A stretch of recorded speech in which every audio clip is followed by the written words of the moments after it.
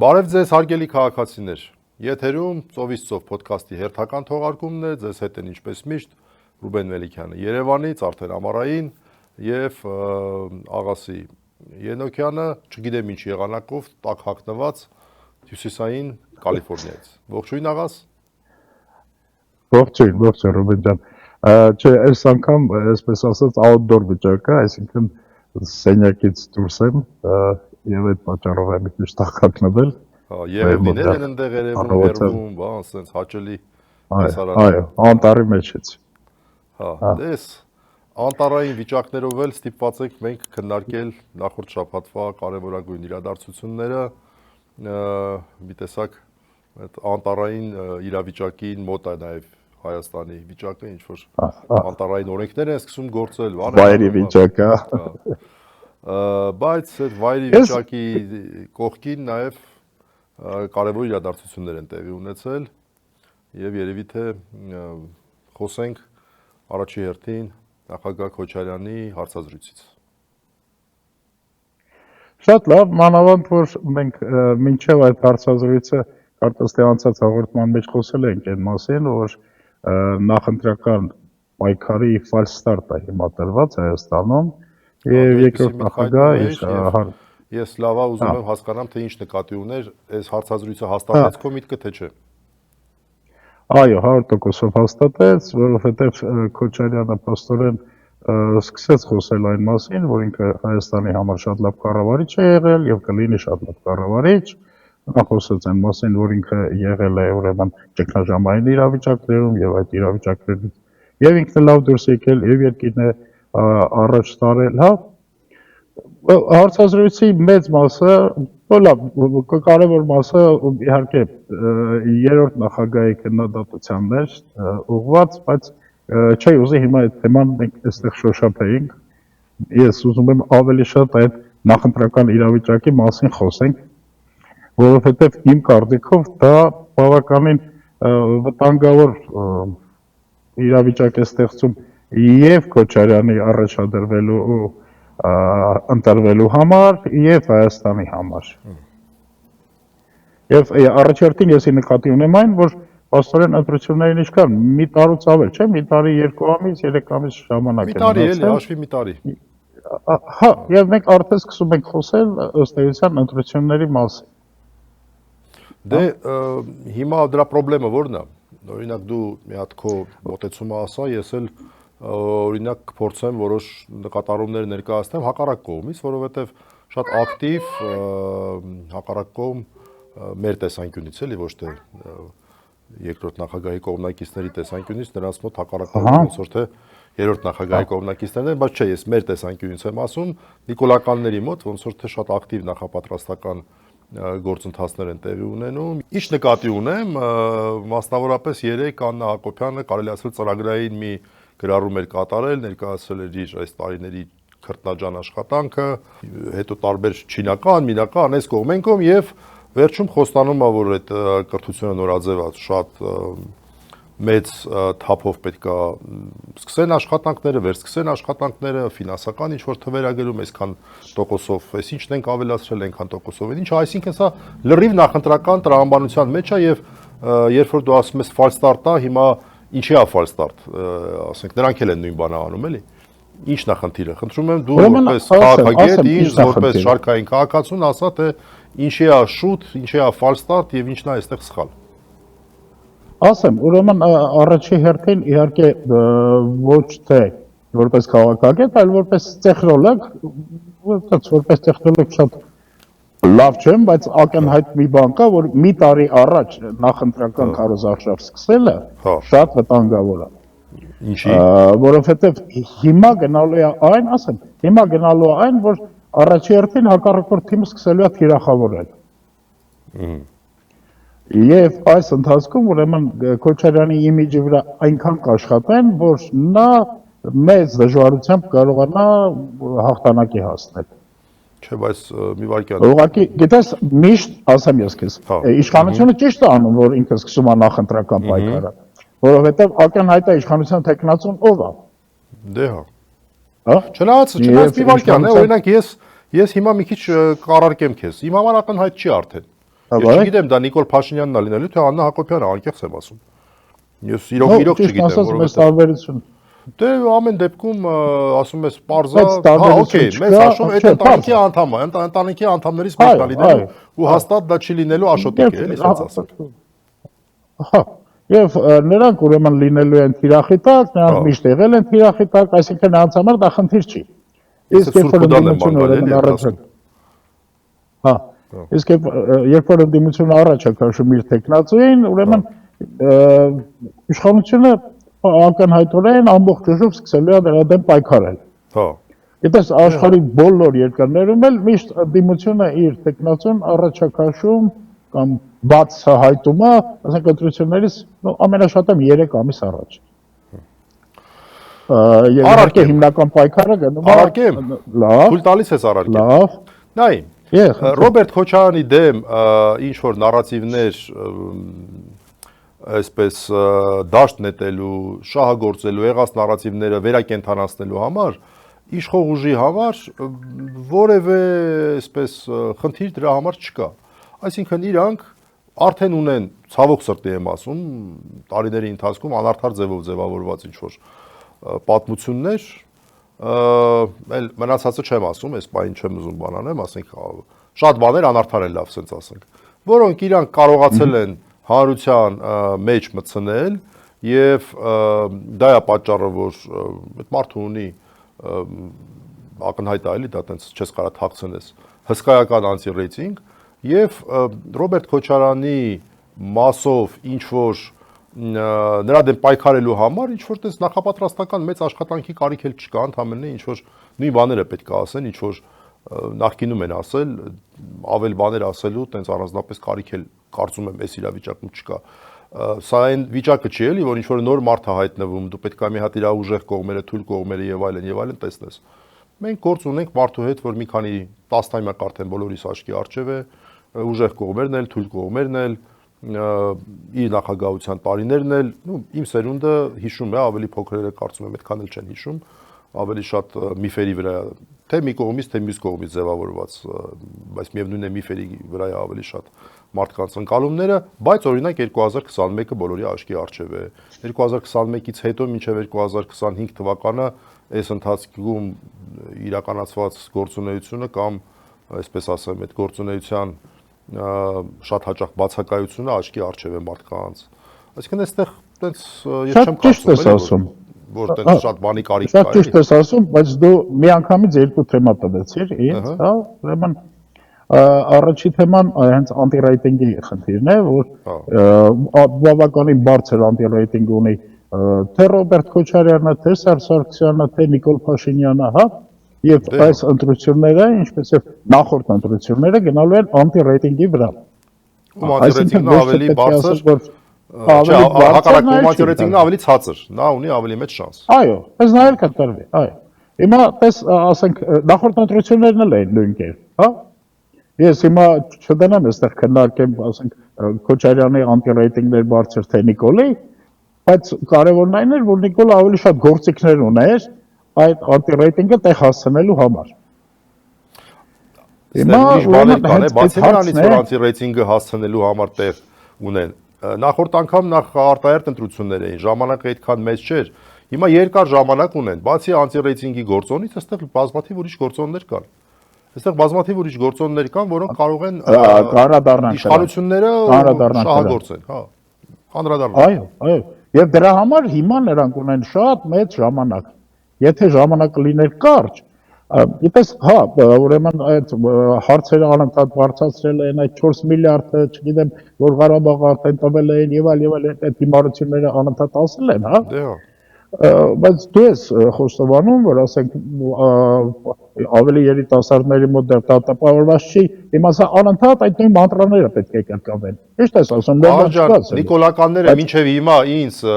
կապնելու համար, ասենք ինչ-որ բան եմ գրում իրանց սրտով, չէ, ասում են Քոչարյանի պաշտպան, այլ Քոչարյանական, sense բաներ են ինձ գրում, այսինքն իրանց համար դա ամենավատ վիրավորանքն է, հասկանում ես, դրան են հասել։ Ինձ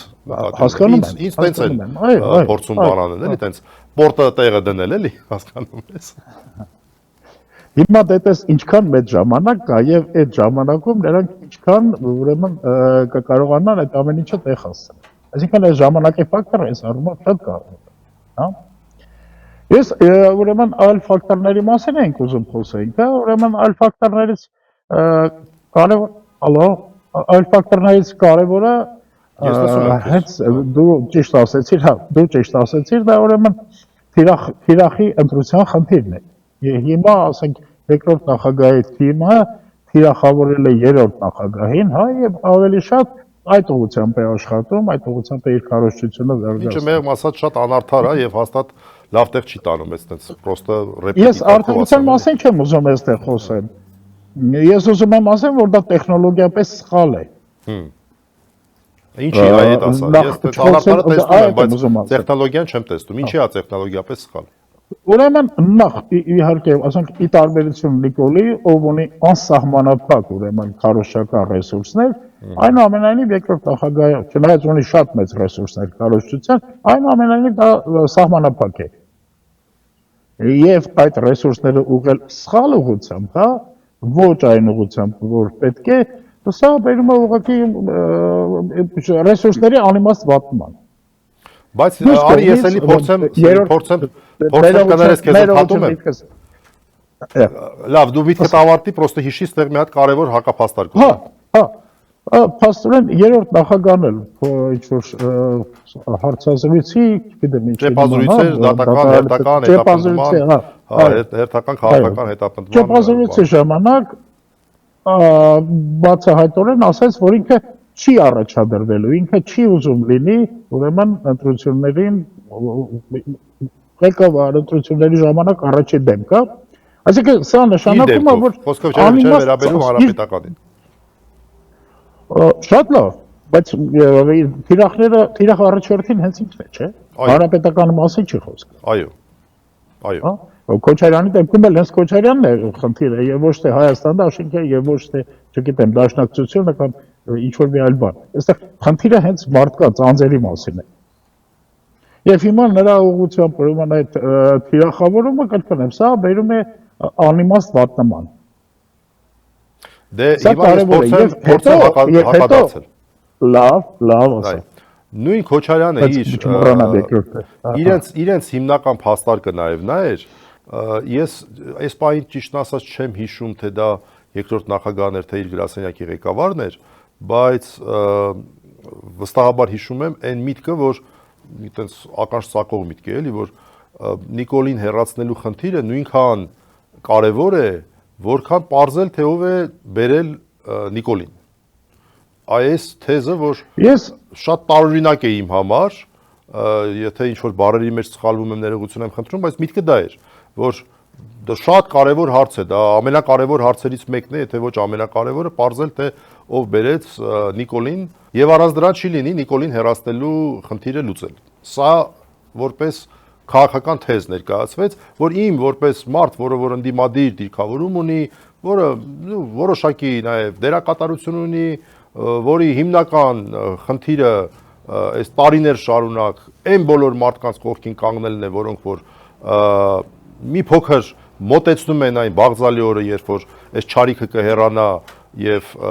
ամեն ինչ անում են այդ ուղղությամբ, այդպիսի մարդկանց համար այս միտքը լսելը, որը հավասարության նշան է ըստ էության դրվում, այն կարևորագույն հարցի եւ այն մյուս հարցի միջև, որը որ այդպես հետո քննարկման ենթակա հարց է, էլի իրոք հետո քննարկման ենթակա հարց է։ Իմ համար դա ակաշ ծակող է, բայց ես ոնց հասկանում եմ, դա այդ թիմի համար ոնց որ դառնում է պրիորիտետ, որ եկեք այս երկու հարցը հավասար քննարկենք։ Այս տրամաբանությամբ կարող է իրանց ասացի մեջ այտենց կա տրամաբանություն այն տեսանկյունից, որ եթե սա են իրանք հիմք ընդունում, ուրեմն պետք է այնպես վարվեն, ինչպես որ իրանք վարվում են, այսինքն պետք է թիրախավորեն երրորդ նախագահին, որտեղ այստեղ էլ մի ուրիշ միֆերի բանա առաջացել, Սերժը բերեց Նիկոլին այդ միֆը, որին ազնվորեն երկրորդ նախագահը փաստորեն արձագանքեց ասելով, որ ըստ էության ասելով, որ դա այդպես չի եւ համարելով, որ ավելի շատ եղել է իրավիճակը սխալ գնահատելու արդյունք։ Ազնվորեն նկատի ունեմ, դուք չտալով իրենցից քարոզչության հիմնական թեզին, էլի։ Ես կարծում եմ, որ դա այնուամենայնիվ գրասենյակի ղեկավարն էր, Հա, ճիշտ ես որքան հիշում եմ, Հա, գրասենյակի ղեկավարն էր։ դա եւս մեկ ուրեմն ասեմ կեղծ, այլ սխալ նարատիվ է, որ այդ խնդիրը առաջանալով ինչ հացել լուծում։ Անհասկանալի էլի։ Ի վերջո ուրեմն Նիկոլի հայտնվելու եւ մանավանդ 21 թվականին Նիկոլի ամրապնդվելու մեջ ուրեմն իրենց դերակատարություն են ունեցել թե երկրորդ, թե երրորդ նախագահը, բայց դրանք ընդհանրապես դերակատարություն է, հասկանում ես։ Ի վերջո բոլորի համար հասկանալի է, որ Նիկոլի գալը իշխանության դա աշխարհքաղաքական հաշվարկի արդյունք էր։ Եվ նաև իր հատկանիշների արդյունք է, որ մարդը քնում զարթնում էր իշխանություններ ու տեսնում, երազում, ամեն ինչ անում էր դրա համար 10 քանի տարի ամեն ինչի միջով անցավ, պայքարեց, կռիվ տվեց, այդ էլ ասենք, ինչի չասենք։ Դե հա, իհարկե, բայց աշխարհքաղաքական հաշվարկը բնականաբար, հա, բնականաբար է դա։ Ինչի համար եմ ասում, որ նաև աշխատանքի խնդիր կա ստեղ, էլի, որ պետք է աշխատել արդյունքի հասնելու համար, դրան էլ գանք, էլի։ Իհարկե, 100%։ Եվ ուրեմն շարունակեմ քո ասածը, հիմա տես, փաստորեն թիրախավորելով երրորդ նախագահին, այստեղ ուրիշ խնդրեմ է առաջանալու, որի մասին արդեն բան Աշոտյանն էլ է ասել, հա, բայց դեպքում ուրեմն ենթադրենք ընտրությունների արդյունքում խորհրդարանում հայտնվեցին այս երեք ուժներ։ Այդ դեպքում ինչպես են պատկերացնում դրանք ետ խորհրդարան, ետ ընտրական դաշինքներ։ Մեծ խնդիր է առաջանում, չէ՞։ Շատ մեծ խնդիր, եթե դու ուրեմն Նիկոլի ու Սերժի միջև դնում ես հավասարություն, այս դեպքում խնդրեմ ես ունենում, շատ մեծ խնդրեմ ես ունենում։ Ախր այ աղաս ջան, այստեղ հարցը ուրիշ է, ես շարունակաբար տալիս եմ այդ հարցը այն բոլոր մարդկանց, ովքեր որ որոշակի առումով այդ թեզի երկրորդ նախագահի աջակիցներ են, այդ նրա բարձրացրած գաղափարների կրողներ են, ես այդ հարցն եմ տալի եւ պատասխանը չեմ ստանում։ Իդեպ այդ հարցը իմ հնարածը չի, ես շատ լավ հիշում եմ, երբ որ Ամերիկայի ձեր նախագահ Օբաման Կուբայի հետ հարաբերությունների վերականգնման վերաբերյալ իր հիմնավորումներն էր ներկայացնում։ Ասում էր ժողովուրդ ջան, այս 50 տարի է, 60 տարի է, մենք X ձևով ենք վարվում, մենք X գործիքակազմ ենք օգտագործում եւ արդյունքի չենք հասնում։ Հարց. այդ X գործիքակազմը շարունակելով ո՞րն է երաշխիքը, որ մենք արդյունքի կհասնենք։ Կարող է ճիշտ է նա, որ մենք փոխենք գործիքակազմը, որովհետեւ այդ գործիքակազմը արդյունքի չի բերում։ Այսինքն մաթեմատիկորեն ասած, եթե ելակետային տվյալները նույնն են, հետևանքը ինչի պետք է ուրիշ լինի։ Հիմա, եթե ելակետային տվյալները նույնն են 2021-ից, դաժե նույնն էլ չեն, շատ ավելի վատն են նույն նախագահ Քոչարյանի համար։ Ես հիշում եմ նախագահ Քոչարյանի այն հայտարարությունը, որտեղ որ նա նախորդ անգամ տենց հայտարարեց, որ մենք գնում ենք ընտրությունների հետ, որ հայտնի հետ կրելու ենք կարգախոսը այդտեղ ծնվեց։ Դու ինչ մեծ ոգևորություն էր առաջացրել ամբողջ հանրապետությունով մեկ։ Հիմա այս հարցազրույցը նախագահ Քոչարյանի քանի տոկոսն է այդ ոգևորության առաջացրել։ Չգիտեմ, կարծում եմ շատ փոքր։ Արի վերադառնամ քո ասածին, հա,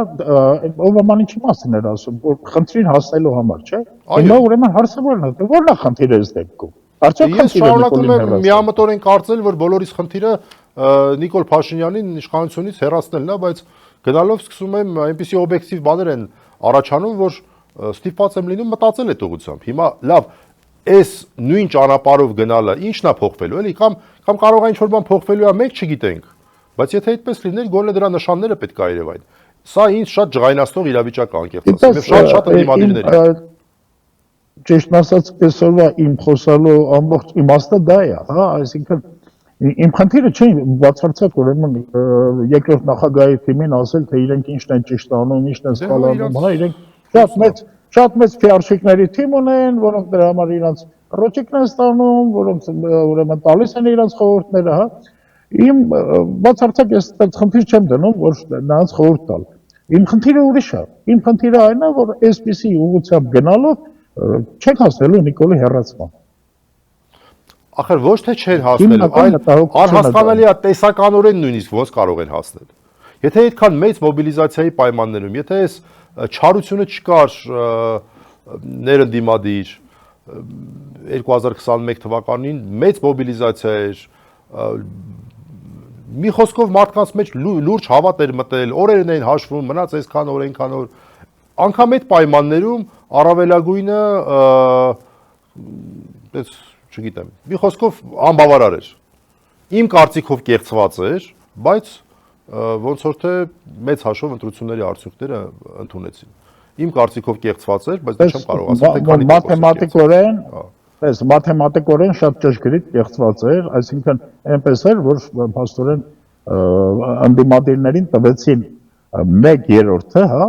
Չէ, դա համանդրության պահանջներ։ Իրականում անդիմադիրները ավելի քիչ ձայներ էին հավաքել, բայց համանդրության պահանջը այն է, որ ինչ էլ ուզում ալինի 1/3-ը անդիմադիրներին լինել։ Բայց whatever այդ չի հարցը։ Այսինքն ավել չէր 1/3-ից։ Ավել չէր, եւ որտեվ իրանք իրանք շեմա իրանք գրածով այո, հիմա ասածս այն է, թե այս անգամ, որ ավելի վատ ստարտային պայմաններով են, ելակետային տվյալները ավելի վատն են, ամեն առումով են ավելի վատը։ Որն է ոչ թե երաշխիքը, երաշխիքի մասին չեմ խոսում, չեմ ասում որն է երաշխիքը, որն է հույսը, ոչ թե երաշխիքը։ Երաշխիք վստահ եմ, որ չկա, որտեղ ոնց կարա լինի։ Բայց որն է հույսը, որ կա շանս Նիկոլին հեռացնելու։ Որն է հույսը։ Այդ չեմ կարող հասկանալ։ Այդ չգիտեմ։ Իսկ հակառակ կողմից, այո, մի քիչ դրամատին էլ խոսենք։ Հակառակ կողմից հոչ են աշխատում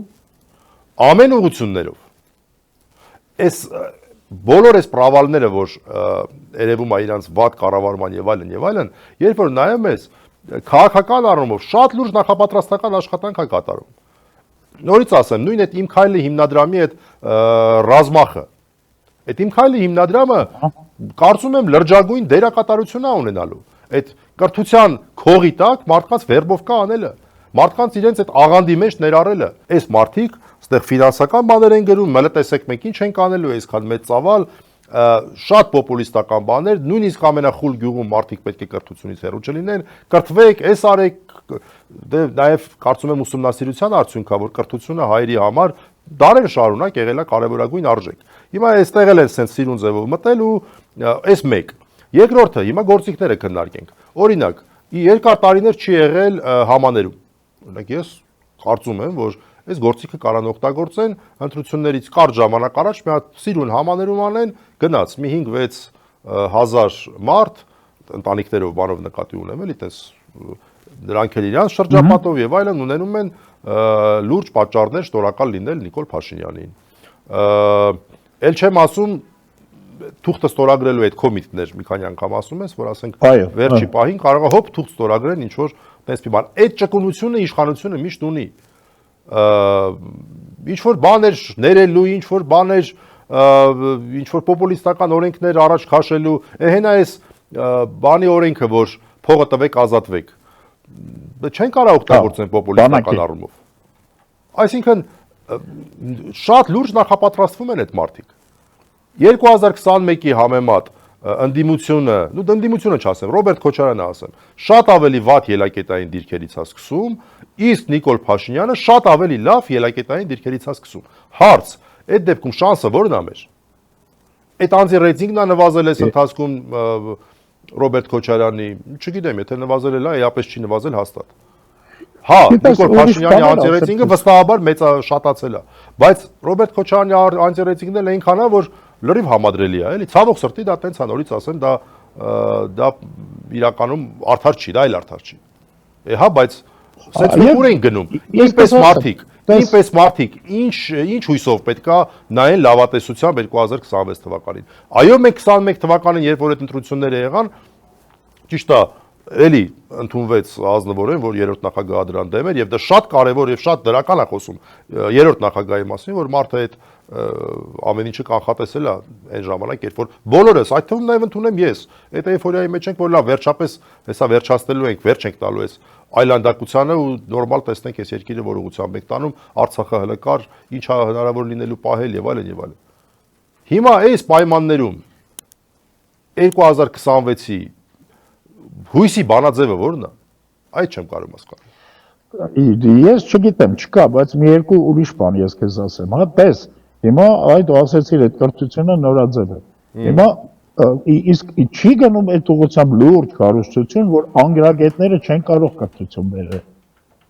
Հասկանում ես, լուրջ կառուցություն չկա։ Դու խոսեցիր ֆինանսների մասին։ Չի գնում կառուցություն այն մասին, որ ասենք սա համատարած կոռուպացված համակարգ է ստեղծված։ Դա կոռուպցիան այնպեսի բան է, որ ընտրողներին միշտ գրավում է, ընտրողները չեն սիրում կոռուպցիա, որտեղ իրանց թվում է, որ իրանք վատ են ապրում, որտեղ գողանում են իրենց փողերը։ Եվ ճիշտ է թվում իրենց։ Եվ հիմա պետք է ցույց տան, որ գիտես, այս ամեն ինչը ոչ թե նրա համար էր, որ ասենք Քոչարյանը, չգիտեմ, 10 քանի տարի առաջ գողացել էր, հա, եւ դրա համար իրանք վատ են ապրում։ Ոչ, հիմա են գողանում։ Հիմա այդ փողերը հետ են բերել, չէ՞, Քոչարյանին նստացրել են, չգիտեմ։ Համաշխարհային բանկից լիքը փողեր են բերել, տարբեր ինստիտուտներից լիքը վարկեր են բերել, բայց միևնույն է մարդիկ վատ են ապրում, որովհետեւ գողանում են։ Դե այդ ուղղությամբ աշխատանք կատարվում է, բայց ես չգիտեմ, էլի իշխանով է բավարար դա, էլի։ Թույլ է, շատ թույլ է։ Եվ այդ ուղղությամբ աշխատանքը թույլ, եւ անգրագիտության ուղղությամբ աշխատանքը թույլ։ Իսկ դրա փոխարեն շատ ինտենսիվ աշխատանք է կատարում, ասենք, երրորդ նախագահային թիրախավոր։ Ես այս մասին եմ ասում, որ ռեսուրսների սակավության խնդիր է առաջանալու։ Դե չգիտեմ, այդ մարդկանց պրիորիտետները իրանք գիտեն, էլի։ Իմ համար դա Բայց այդ մարդկանց շատ լավ, այդ մարդկանց պրիորիտետների մասին չի խոսքը։ Խոսքը երկրի պրիորիտետների մասին է, հա։ Երկրի պրիորիտետների մասին է, որ փաստորեն այս ամեն ինչով նրանք հավերժացնելու են նորից Նիկոլինս ընտրությունների ժամանակ։ Որովհետև երրորդ նախագահը ընդհանրապես կապ չունենալու այս ամեն ինչի։ Անհեթեթություն է, էլի։ Դե այդ միտքը, որ մենք չգիտեմ, այդ միտքը, որ եթե դու ունես նույն, իսկ մեր դեպքում արդեն ավելի վատ ելակետային տվյալներ, ու այդ դեպքում դու չպետք է հույս ունենաս, որ ունենալու ես այլ արդյունք։ Դրա ֆիզիկական պատճառները չկան։ Այս պարզագույն, պրագմատիկ հարցի պատասխանը ես չունեմ եւ կարծում եմ շատ-շատերը չունեն եւ սա կարծում եմ այս պահին կարևորագույն հարցն է։ Այսինքն ո՞րն է հույսը։ Գիտես, դու ձևակերպում ես տրամաբանական հարցը, չէ՞, այսինքն խոսքերը, որ հնչում են, երբ որ ուրեմն այդ շարադրանքից, չասեմ, բառերի բմբուլները հանում ես, տակը կմախքը, որը որ կոչվում է տրամաբանություն։ Հիմա այս տրամաբանությունն է, որ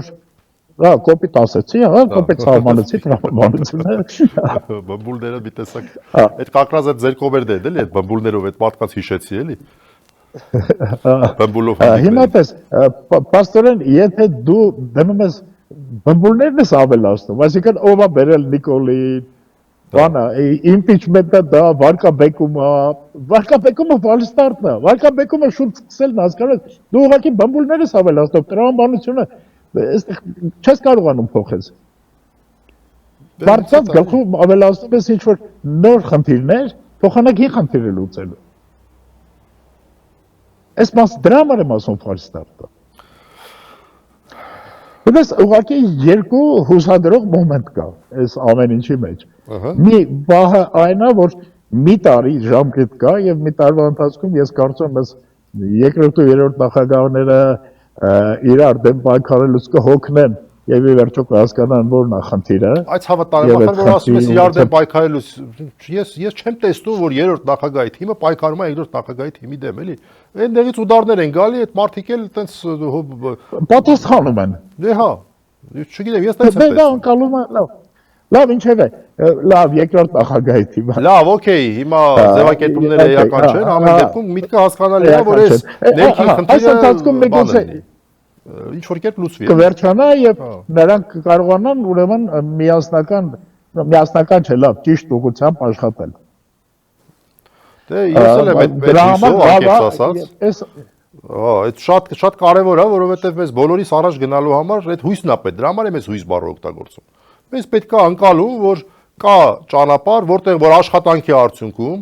իսկ ես կարծում եմ, որ շատ-շատերս հարությունը տեսնում է անդիմադիր գործիչների, որոնք լավ այսպես ասեմ, աշխատող տեսակ են, այլ ոչ թե տենց ոչ չաշխատող լավ։ Եվ մեզ բոլորիս համար շարունակելու համար անհրաժեշտ է, որպեսզի մենք տեսնենք այդ հույսը որտեղ է, որովհետև մենք չենք ուզում, որ 2026-ի ընտրությունները վերածվեն ով է թիվ 1 անդիմադիր գործիչը մրցավազքի։ Այդ ամենաահավոր բանն է լինելու։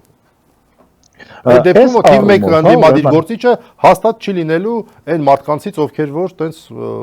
եթե այդպես են մտածում, էլի։ Ռոբջան, այս առումով իհարկե որ շուտ են սկսել այս ուրեմն իմ ասած ֆալստարտը, որ տրվել է Այս առումը մի քիչ լավ է, որ երկար ժամանակ կա։ Այսինքն միգուցե այս Հասկացա։ երկար ժամանակը Լավ։ օգտագործվի նրա վրա։ Հուսադրեցիր, այդ մեկը դուրս եկավ, հետո երկրորդը Երկրորդ հուսադրող մոմենտը այն է, որ քանի որ երկար ժամանակ կա, ես չեմ բացառում, որ երրորդ ուրեմն անդիմադիր ուժ ի հայտ գա, որ բավականին լուրջ, հա, որը որ կարողանա իր վրա վերցնել ուրեմն Նիկոլին հեռացնելու խնդիրը։ Այսինքն իմ համար կարևոր չի ուրեմն ով կհեռացնի Նիկոլին։ Դե հենց այդ Երկրորդ է նախագահը, երրորդ նախագահը, թե երրորդ ուժը։ Այսինքն մի տարի եւ ավել ժամանակ ունենալը նաեւ դրա համար է հույս տալիս։ Բայց կրկնեմ, այս իմ նշած հույսերը դրանք էֆեմերնի ուրեմն եթերային հույսեր են, որոնք դե համ ասում ես, համ էլ հետ ես կաղնում։ Ասեցիր արի դրանով փակ եք Չեմ կաղնում։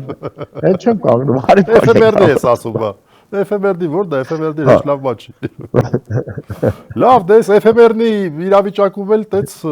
երևի թե այսօրվա մեր ծովից ավարտենք։ Հարգելի քաղաքացիներ, խնդրում ենք ձեզ մեր ընկերների անտիֆեյքի թիմի համար, եթե հնարավոր է, ձեր հնարավորությունները ներում են, խնդրում ենք նկարագրության մեջ նշված եղանակներով նյութապես օգնել, այս հարթակը բացառապես ձեր օգնությունների շնորհիվ է գոյատևում, իմ նեմնիմից բխած մյուս ոդքասթները, մյուս հաղորդումները եւ եթե դուք հավանում եք օրինակ ծովից ծովը կամ մյուս պրոդուկտները, ապա խնդրում ենք անպայման հնարավորության սահմաններում օգնել եւ ձեր ներդրումը ունենալ, ձեր մասնակցությունը ունենալ այն հակաքարոզչական կամ տեղեկատվական ծրագրերում, որոնք որ իրականացվում են անտիֆեյքի թիմի կողմից։ Եվ մյուսն էլ հեսա աղասը կասի։ Եվ այո, ուրեմն շարունակելով Ռուբենի միտքը, ցած ուրեմն խնդրում ենք, որ հաճախակի եւ հնարավորինս բովանդակային կոմենտներ տաք մեր այս սերվիսի վերաբերյալ, որը որ մեզ ուրեմն ճիշտ ուղղությամբ կտանի, որը որ ցույց կտա թե ինչ խնդիրներ են ավելի շատ հետաքրքրում եւ ինչ հարցեր պետք է բացահայտվեն մեր ծովից ծով սերվիսի ընթացքում։ Հաջողություն։ Ստեսություն։